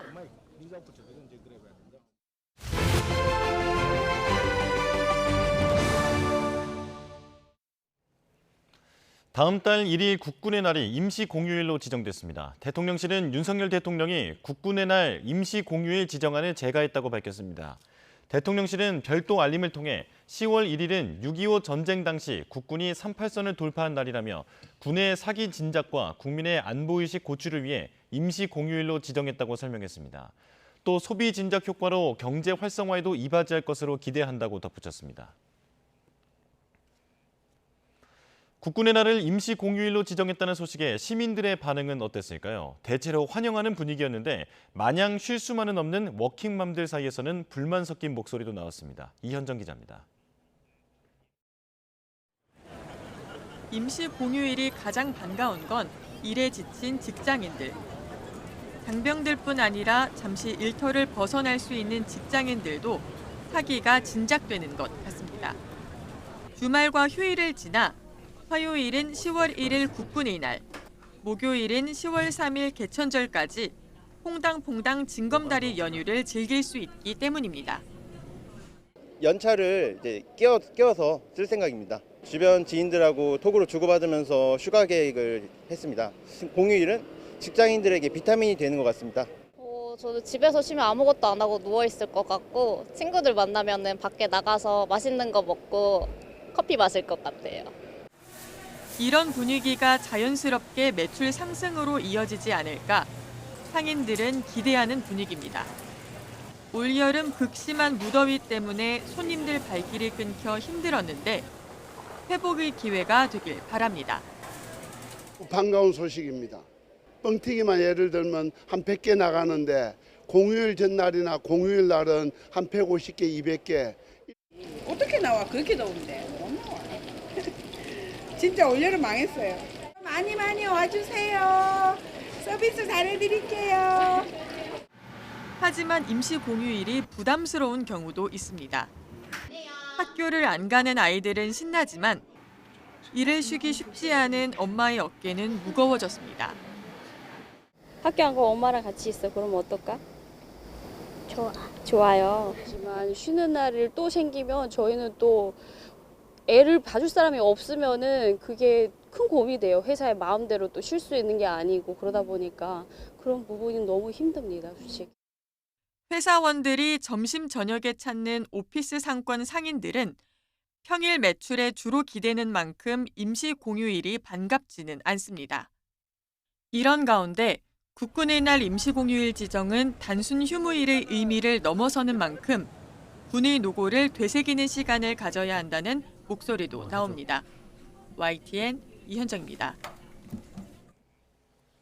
경기도 버스 노사의 협상이 타결되면서 경기도 지역 노선 버스가 정상 운행합니다. 경기도 버스 노동조합 협의회는 오늘 새벽 3시쯤 사용자 단체와의 최종 조정 회의 끝에 노동 조건 개선에 합의했습니다. 버스 노조는 조정이 결렬될 경우 새벽 4시 첫 차 운행부터 전면 파업에 돌입한다는 방침이었지만 협상 타결로 정상 운행하게 됐습니다. 합의에 따라 민영제 노선 임금은 정액으로 28만 원, 7%가량 올라가고 준공영제 노선 역시 7% 수준의 임금 인상이 이루어졌습니다. 또 노조 측이 폐지를 요구했던 1일 2교대제 전환 6개월간 유예안은 그대로 두기로 했습니다. 우리나라의 체코 원전 최종 계약을 앞두고 방한한 체코 총리 특사가 YTN과 단독 대담을 했습니다. 미국 웨스팅하우스의 소송 제기 등 법적 분쟁에도 최종 계약까지 나아갈 수 있을 것으로 자신한다면서 원전 건설을 넘어 한국과 다방면으로 협력을 강화하고 싶다고 밝혔습니다. 조수연 기자입니다. 체코 총리 특사로 한국을 찾은 토마시 포야르 국가안보보좌관은 이번 원전 수주가 한 체코 관계를 강화하는 중요한 발판이라고 입을 열었습니다. 그러면서 반도체, 방산, 교통 등 다양한 분야에서 협력을 더욱 확대하길 기대한다고 밝혔습니다. We do see a great potential for cooperation in other fields, and before visit of your president in Czech Republic, we want to make sure that everything will be on the table. 포야르 특사는 체코 정부가 한국 수력 원자력을 원전 우선 협상 대상자로 선정한 것은 최고의 입찰 조건을 선택한 것이라고 강조했습니다. 가격 경쟁력뿐 아니라 철저한 납기 준수 등 여러 면에서 가장 신뢰를 줬다는 설명입니다. So your visit is actually being perceived as a really positive signal to Koreans and to the Korean government that we are getting closer to finalizing, sealing the deal. Is that something that we can be hopeful about? Of course, we are negotiating in a good faith, and if everything what was submitted in the bid will be translated into the agreement eventually will be signed. 미국 웨스팅하우스가 지식재산권 소송을 제기하며 독자 수출에 제동을 걸고 나선 데 대해서는 검토는 하고 있지만 모든 게 규정대로 이루어진 것으로 본다고 평가했습니다. 이어 최종 계약까지 전진을 자신하며 지금은 그 목표를 달성하는 게 가장 중요하다고 강조했습니다. It's up to the lawyers to deal with these disputes and these issues and those questions raised, but we are pretty confident that we can move forward. 한 체코 양측이 세부 계약 조건을 놓고 조율을 벌이는 가운데 유럽 시장으로 첫 발을 내딛는 K원전에 유럽 각국이 주목하고 있습니다. YTN 조수연입니다. 지난달 소비자 물가가 2% 상승률을 기록하자 정부는 물가 안정 목표에 도달했다고 선언했습니다. 10월 한국은행이 금리 인하 결정을 내릴 가능성이 높아졌는데 들썩이는 서울의 아파트값과 치솟는 가계부채가 문제입니다. 이승은 기자가 보도합니다. 폭염의 영향이 남은 데다 햇사과와 햇배가 본격 출시 전이라 아직은 농산물 가격 상승률이 높습니다. 하지만 올해 사과 생산량은 지난해보다 20% 이상 늘고 배도 19% 정도 많을 것으로 보입니다. 중동 정세 급변만 없으면 물가 안정세는 지속될 전망입니다. 올해 과일들 작황이 전반적으로 좋은 편입니다. 특히 사과, 배의 경우 작황이 매우 좋고 그 생산량도 전년하고 비교하면 굉장히 높은 편입니다. 때문에 지난달 소비자 물가 상승률 2%를 확인하자 정부는 물가 안정 목표 도달을 선언했습니다. 물가만 본다면 금리 인하 여건이 조성된 겁니다. 이러면 금리를 조금 내릴 수 있는 여지가 좀 더 생기지 않냐. 이미 우리의 근원 물가는 2.2%고 8월 달에는 2.1%로 내려가고 있습니다만 가계 여윳돈이 8분기 연속, 음식점을 포함한 소매 판매액 지수도 16개월째 줄면서 내수 경기는 갈수록 주저앉고 있어 한국은행의 10월 금리 인하 필요성은 더욱 높아졌습니다. 문제는 고삐 풀린 가계부채입니다. 6월 이후 서울 아파트 가격의 주간 상승률은 0.3% 안팎으로 연간으로 따지면 15% 수준입니다. 지난달 5대 은행 가계대출은 한 달 만에 9조 6천억 원, 주택담보대출은 8조 9천억 원 불어서 역대 최대 폭을 기록했습니다. 한국은행이 집값 때문에 금리 못 내려 이제 이렇게 되면 이게 저는 또 다른 왜곡이라고 보거든요. 8월에 또 10,000건이 넘었다. 이제 그렇게 된다면 이거는 이제 정부도 인정을 해야 되지 않을까라고 해서 이제는 밀리는 규제보다는 선도하는 규제가 필요할 것이다. 정부가 대출 한도를 더욱 줄이고 있는 가운데 이달 가계부채와 서울 집값 추이가 금리 인하를 결정짓는 변수가 될 전망입니다. YTN 이승은입니다. 네, 고물가 시대 사람들의 소비 형태도 변하고 있습니다. 가격 대비 품질을 뜻하는 이른바 가성비 소비가 무엇보다 중요해지면서 리퍼브 제품이나 중고 제품에 대한 관심도 뜨거워지고 있습니다. 오동건 기자가 취재했습니다. 제품에 하자가 없는지 꼼꼼히 살피는 소비자. 무엇보다 중요한 가격을 확인합니다. 이곳에 있는 제품은 모두 리퍼브 상품입니다. 제품 기능엔 이상 없지만 포장이 손상되거나 전시 제품이란 이유로 정상가에 판매할 수 없는 제품이 모여 있습니다. 이런 리퍼브 제품들은 30% 정도 할인된 가격에 구매를 할 수가 있습니다. 자, 이 제품 같은 경우는 새 상품이지만 전시 상품으로 이용되면서 스트레치가 생겨 리퍼브 제품으로 판매하게 됐습니다. 고물가 상황 속 리퍼브 제품에 대한 관심이 높아지고 있습니다. 왜냐하면 애들 제품이 생각보다 다 가격이 있어서 그리고 한철 쓰는 거니까 그래가지고 애기들 걸 딱 고르게 된 것 같아요. 굳이 뭐 좋은 거 안 해도 우리가 이렇게 어느 정도 기간에서 사용하고 바로바로 이렇게 해서 하는 게 합리적인 것 같아가지고.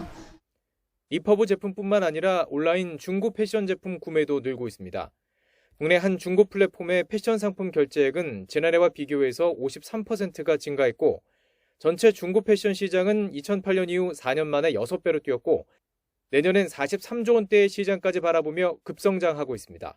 경기 침체로 인해서 이용자들이 가격에 민감해지는 성향이 있고요. 고물가 등의 최근 경제 상황과 함께 MZ세대 같은 경우는 지속 가능한 소비를 지향하고 있어서 새 제품 대신 중고를 찾는 경향이 늘어나고 있습니다. 고물가 시대 가성비 소비가 중요해지면서 리퍼브 제품과 중고 패션 제품 등을 향한 소비자의 관심은 한동안 이어질 것으로 보입니다. YTN 오동건입니다. 금융투자소득세 폐지를 두고 여야 공방이 이어지고 있습니다. 정부 여당은 줄곧 시행전 폐지를 고수해온 반면 더불어민주당은 예정대로 시행해야 한다는 입장이었는데요. 그런데 민주당 내에서 변화 기류가 나타나면서 금투세 폐지 논의가 새 국면을 맞았습니다. 간략히 살펴보겠습니다. 우선 금융투자소득세 내용을 간략하게 짚어볼까요? 금투세는 주식, 채권, 펀드, 파생상품 등 금융투자로 일정 금액이 넘는 소득을 올리면 20에서 25%의 세금을 내야 하는 제도입니다. 국내 주식은 5천만 원, 해외 주식이나 채권 등은 250만 원까지 소득을 올려도 과세하지 않는데요. 투자소득 3억 원까지는 20%, 3억 원을 넘으면 25%의 세율을 적용합니다. 내년 금투세 시행을 앞두고 정부 여당은 시행 전에 폐지해야 한다는 입장을 지켜왔는데요. 국내 주식시장의 투자 심리가 위축되고 국내 시장 매력도가 떨어져 결국 개인 투자자들의 피해로 이어질 거란 이유입니다. 대통령이 올해 초 직접 금투세 폐지를 추진하겠다고 공언했죠. 반대로 더불어민주당은 이미 한 번 유예한 만큼 이번에는 예정대로 시행해야 한다는 입장이었는데 폐지 여론이 커지자 최근 기류가 바뀌었습니다. 예정대로 시행하되 투자자 불안을 해소하기 위해서 조금 보완하자는 거죠. 이른바 금투세 보완 패키지 6법인데 주요 내용을 살펴보면 우선 국내 주식 투자 소득의 공제 범위를 5천만 원에서 1억 원으로 상향하고요. 금융투자 소득에 비과세하는 자산관리 계좌, 즉 ISA를 통해 해외 주식에 직접 투자할 수 있게 하고 여기서 올린 소득은 세금을 매기지 않는 겁니다. 또 건강보험료 산정 기준에 금융투자 소득은 제외하는 내용이 담겼죠. 이 같은 변화로 금투세 폐지 논의는 새로운 국면을 맞이했습니다. 금융투자업계는 글로벌 주식시장의 불확실성이 커진 상황에서 빠른 합의가 불확실성을 줄이는 길이라며 시장 질서 확립을 위해 서둘러 합의가 이루어지길 기다리고 있습니다. 네, 월드컵 최종 예선을 앞두고 손흥민과 이강인 등 해외파 선수들이 속속 대표팀에 합류했습니다. 홍명보호는 팔레스타인전을 이틀 앞두고 완전체로 첫 훈련을 진행했습니다. 보도에 양시창 기자입니다. 손흥민이 인천공항 입국장에 모습을 드러냅니다. 지난 일요일 뉴캐슬과의 경기를 마치고 이틀이 채 지나지 않아 홍명보호 대표팀에 합류하는 겁니다. 손흥민에 이어 이강인과 황인범도 차례로 속속 한국 땅을 밟았습니다. 홍명보 감독님과의 첫 만남인데 가서 제가 어떤 역할을 저한테 바라시는지 또 더 잘 준비를 한다면 저희가 팔레스타인과 오만과의 경기 2연전 연속으로 승리를 할 수 있지 않을까라는. 드디어 이루어진 홍명보호 완전체. 유럽에서 늦게 합류한 선수들 피로도를 고려해 선수단 첫 미팅은 하루 미뤘지만 26명 전원이 모인 첫날인 만큼 표정은 모두 밝습니다. 해외파들은 근육에 쌓인 피로를 푸는 게 우선. 하지만 곧이어 진행되는 전술 훈련은 모두 함께했습니다. 처음 태극마크를 단 새 얼굴들은 훈련도 실전입니다. 대표팀 발탁 기쁨을 잠시 접고 홍 감독 눈도장을 찍어야 실전 A매치에 데뷔할 수 있습니다. 매 훈련 더 마지막이라 생각하고 항상 그런 마음을 가지고 있다 보면은 또 좋은 또 그런 자리를 갈 수 있지 않을까라고 생각합니다. 관심을 한몸에 받는 기대주 양민혁도 형들 틈에서 열심히 몸을 풀었습니다. 눈빛엔 긴장이 서려 있지만 각오는 다부집니다. 나이가 어리다고 해서 주눅들지 않고 좀 당돌하게 하고 싶은 마음이 있는 것 같고, 또 저희 장점인 이렇게 스피드를 활용한 드리블이나 피니싱 능력을 최대한 어필하고 싶은 마음이 있는 것 같아요. 다가오는 최종 예선 2경기에서 손흥민과 이강인이 중심을 잡고 양민혁 등 새 얼굴들이 깜짝 활약을 해준다면 그야말로 금상첨화입니다. 완전체를 가동한 홍명보가 실전에서는 어떤 모습을 보일지 팬들의 시선은 벌써 목요일 팔레스타인전을 향해 있습니다. YTN 양시창입니다. 네, 가을의 길목에 들어선 필드 위에서는 남녀 모두 특급 대회가 펼쳐집니다. 3승을 기록한 선수가 4명이 나온 여자 골프에서는 첫 4승과 누적 상금 10억 원을 동시에 달성하는 선수가 탄생할지 관심입니다. 이경재 기자입니다. 21개 대회를 치른 여자 골프에서 다승자는 4명, 모두 3승씩을 올렸습니다. 대상 포인트 순으로 박현경과 박지영, 이예원과 배소연이 주인공. 투어의 절반 이상을 4선수가 돌아가면서 챔피언에 오른 만큼 내일부터 열리는 메이저 대회 KB금융 스타 챔피언십에서도 모두 유력한 우승 후보입니다. 흐름은 최근 3개 대회에서 2승을 올린 배소연과 2주 전 한화 클래식을 가져간 박지영이 앞서 있습니다. 하지만 무더위가 한 발 물러선 만큼 7, 8월에 주춤했던 이예원과 박현경도 돌아올 샷감을 기대하고 있습니다. 제가 좀 더위를 많이 타는 것 같기도 하고 날씨가 더우면 금방 지치는 것 같아요. 그래서 좀 스윙이 조금씩 변하는 것 같긴 한데 스윙 변하지 않도록 좀 신경 많이 쓰는 편입니다. 이번 대회 우승 상금은 2억 1,600만 원. 첫 4승의 주인공은 상금 10억 원 돌파와 함께 최고 영예인 대상 경쟁에서도 치고 나갈 수 있습니다. 100번의 질문을 받아도 제가 대상을 탈 때까지는 항상 대상이라고 말씀드리고 싶고, 대상은 진짜 꾸준한 선수한테 주는 상이라는 그런 생각이 항상 들어서 저는 대상이 가장 타고 싶은 것 같아요. 남자도 KPGA와 일본, 아시안 투어가 공동 주관하는 총 상금 14억 원의 특급 대회 신안 동해 오픈이 내일부터 펼쳐집니다. 상금과 다승 1위인 김민규와 대상 포인트 선두인 장유빈의 양강 체제에 어떤 변화가 생길지가 관전 포인트입니다. YTN 이경재입니다. 국내 최대 패션 행사 서울 패션위크가 막을 올렸습니다. K-팝에 이어 우리 패션에 대한 관심도 높아진 가운데 코로나19 이후 최대 실적을 기록한 직전 시즌의 성과를 뛰어넘을지 관심입니다. 송재인 기자입니다. 풍성한 부피감으로 위아래 경계를 허문 옷부터 얼핏 보면 재킷 같은 가방까지 과감한 하이엔드 스트리트 패션이 무대를 가득 채웁니다. 평면적인 거를 입체적으로 보여주고 그 입체적인 걸 다시 평면으로 해석한다라는 그런 컨셉이었었습니다. 이어 열린 두 번째 쇼.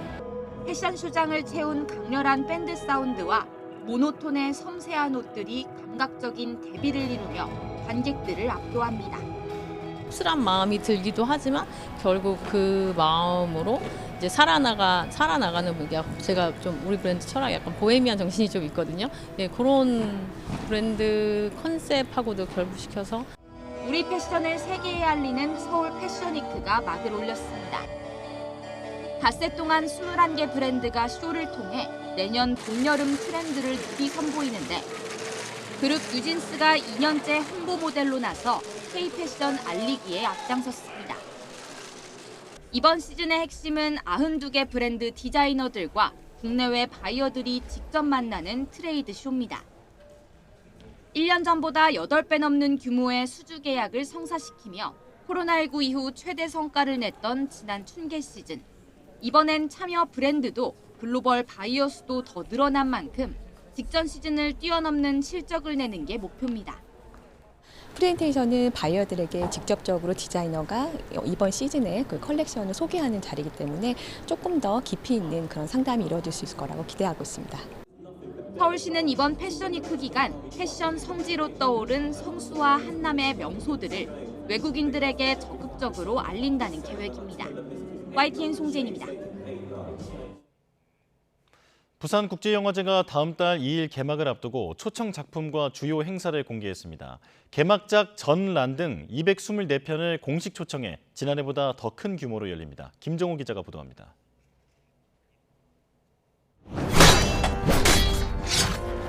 올해 부산국제영화제는 김상만 감독 사극영화 전란으로 문을 엽니다. 박찬욱 감독이 제작과 각본을 맡고 강동원, 박정민, 차승원 등 유명 배우가 대거 참가해 제작 발표 당시부터 화제를 모은 작품입니다. 흥행적으로 봤을 때도 그렇고 완성도도 봤을 때도 그렇고 일반 대중한테도 굉장히 어필할 수 있는 작품이라서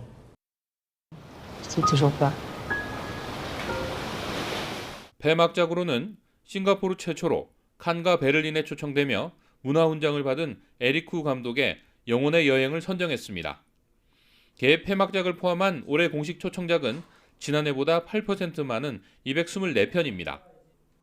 이 가운데 인기 드라마 고독한 미식가의 주연 배우 마츠시게 유타카가 직접 메가폰을 잡은 고독한 미식가 더 무비 등 86편이 영화제를 통해 전 세계에 첫 선을 보이는 월드 프리미어입니다. 국고 보조금이 지난해 절반 수준으로 줄었지만 후원사를 더 많이 확보해 아시아 최고 영화제다운 규모를 지키며 질적으로도 확장했다는 게 영화제 측 설명입니다.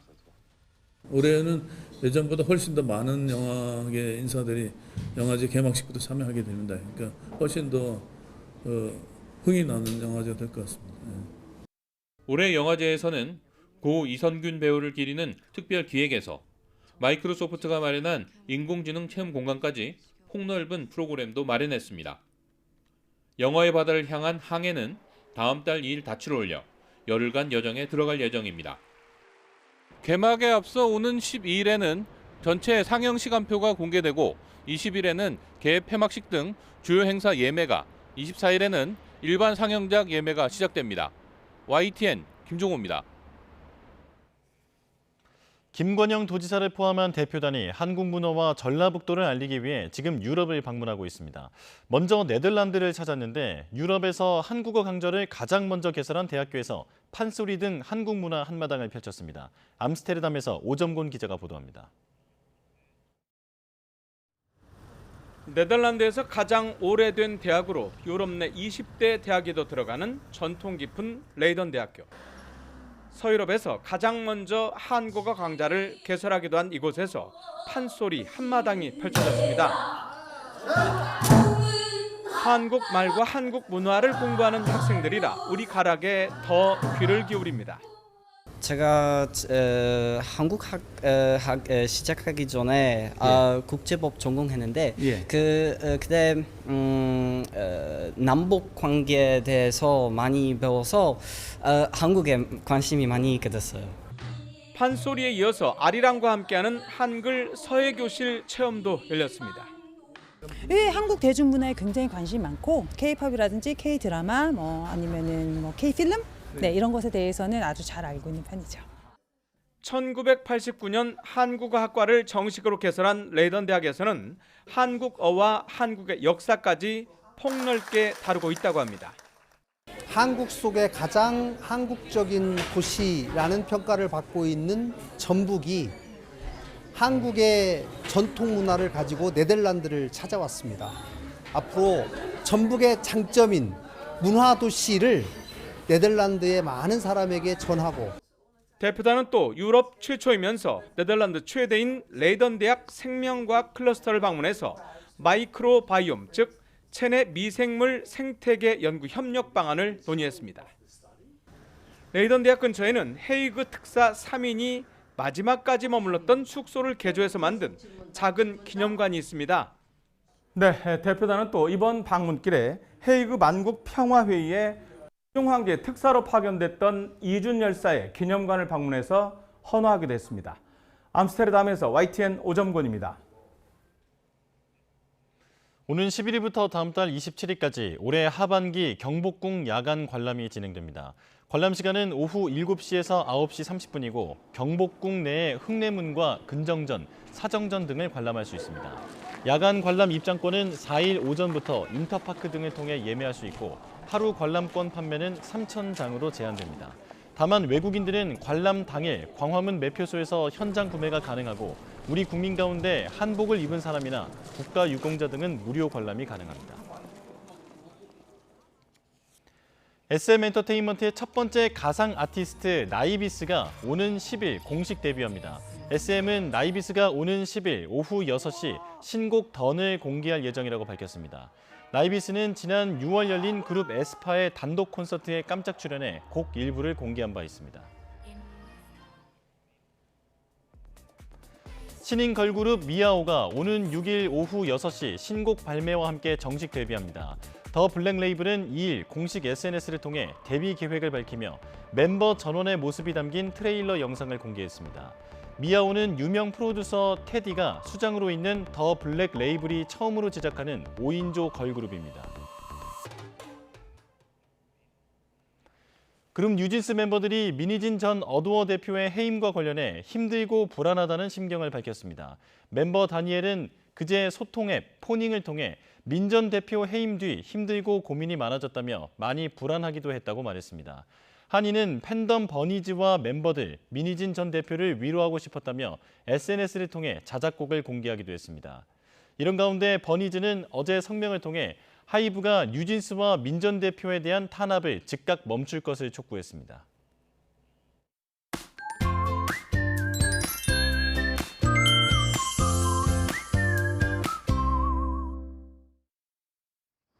요즘 아침 저녁으로는 선선하지만 낮 동안에는 늦더위가 남아 있습니다. 계절이 여름에서 가을로 넘어가면서 일교차가 커지고 있는데요. 오늘도 서울은 선선했던 아침을 뒤로하고 낮 동안에는 기온이 32도까지 오르겠습니다. 들쑥날쑥한 기온 변화에 감기 걸리지 않도록 건강관리 잘해주시기 바랍니다. 오늘 내륙은 대체로 쾌청하겠습니다. 다만 대부분 지역에서 자외선 지수가 높음에서 매우 높음 수준까지 치솟겠습니다. 반면 제주도는 흐린 가운데 오후 한때 비가 조금 지나겠습니다. 오늘 낮 기온은 어제와 비슷하거나 조금 더 높겠습니다. 서울과 광주의 한낮 기온 32도, 대구는 31도까지 오르겠고요. 특히 경기 남부와 충청 이남을 중심으로는 다시 폭염특보가 내려질 가능성이 있겠습니다. 내일은 중서부 지방을 중심으로 산발적인 비가 내리겠고요. 모레와 글피에는 동해안의 비가, 그 밖의 지역으로는 소나기가 지나겠습니다. 다만 비나 소나기의 양이 많지 않아서 늦더위를 완전히 식히지는 못할 전망입니다. 낮 동안 강한 볕이 내리쬐면서 수도권 지역에서는 오후 한때 오존 농도가 짙어지겠습니다. 노약자나 호흡기 질환자분들은 한낮 시간 무리한 야외 활동은 자제하시는 게 좋겠습니다. 지금까지 YTN 윤수빈입니다. 뉴스업 수요일 순서 마칩니다. 내일 다시 뵙겠습니다. 고맙습니다.